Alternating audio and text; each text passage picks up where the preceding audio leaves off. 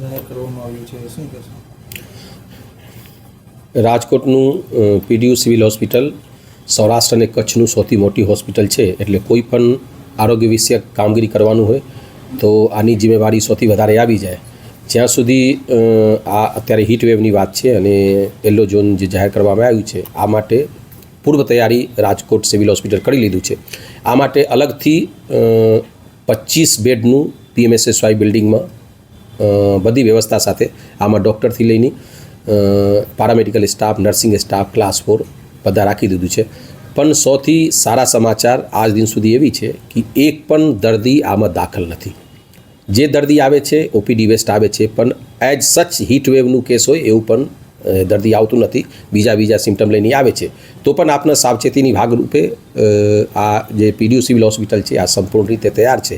પણ જે આમાં જે લૂ અથવા જે હીટ વેવ કહેવાય, આમાં પહેલાંથી આપણે કહીએ છીએ કે prevention is better than cure, એટલે પહેલાંથી આપનું બચાવ કરીએ. હવે આ બચાવમાં ભાગરૂપે એવી રીતે છે કે જ્યારે જરૂર હોય ત્યારે આપના જે પીક ટાઈમ છે, પીક ટાઈમ એટલે 10 વાગે પછી અને જે 5 વાગે પહેલાં આ જે ટાઈમ છે, આ ટાઈમમાં જરૂર પડે તો બહાર જઈએ. અને ખાસ કરીને જે હાઈ રિસ્ક ગ્રુપ છે, હાઈ રિસ્ક ગ્રુપ એટલે આમાં એલ્ડરલી પીપલ આવી જાય. એલ્ડરલી પીપલમાં જે 60 વર્ષથી વધારે હોય, 5 વર્ષથી ઓછા બાળક હોય અને સગર્ભા માતા હોય, આનું ખાસ સાવચેતી રાખવાનું છે.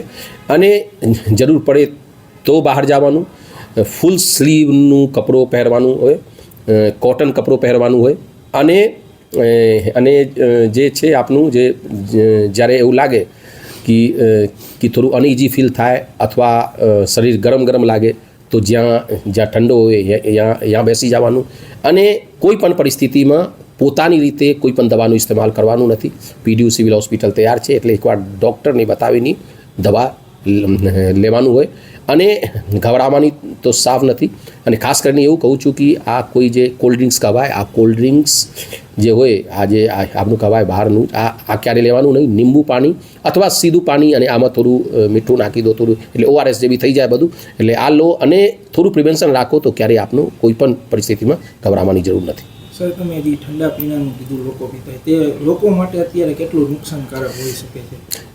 એટલે અત્યારે જે હીટ વેવ છે આમાં સૌથી જે આમાં થઈ જાય છે, જે આમનું કહીએ, આ છે ડિહાઇડ્રેશન. એટલે પાણી અને ઇલેક્ટ્રોલાઇટ્સનું માત્રા આપના શરીરમાં ઓછું થઈ જાય. એટલે આનું એકમાત્ર સારવાર છે રિહાઇડ્રેશન. એટલે આપના પાણી લઈએ અને જે ઇલેક્ટ્રોલાઇટ, જે સોડિયમ, પોટેશિયમ છે, આનું બેલેન્સ આપના થઈ જાય તો ક્યારેય હીટ વેવ થાય નહીં. જ્યાં સુધી કોલ્ડ ડ્રિંક્સની વાત છે, આ જ્યારે આપણું લઈએ છીએ ત્યારે આ હાઇડ્રેશન કરે નહીં, ઉલટો આમાં જે છે આમાં જે ઇલેક્ટ્રોલાઇટ ઇમ્બેલેન્સ કરી નાખે. એટલે આનું ભાગરૂપે આપણે એવી રીતે કરીએ કે પાણી લઈએ અને પાણીમાં થોડું સુગર અને થોડું સોલ્ટ જે માત્રા છે, જેનું આપણા રેડીમેડ ORS થઈ જાય, આ લઈને આપણું લઈએ તો જે આપણું ડિહાઇડ્રેશન થયું છે, જે પાણીની માત્રા અને ઇલેક્ટ્રોલાઇટની માત્રા ઓછી થયું છે, આ રિહાઇડ્રેશન રૂપે આવી જાય. એટલે આનું એકમાત્ર સારવાર છે રિહાઇડ્રેશન. એટલે આપણું પાણી લઈએ, ઇલેક્ટ્રોલાઇટની મેન્ટેન કરીએ તો કંઈ પણ મુશ્કેલી આવે નહીં.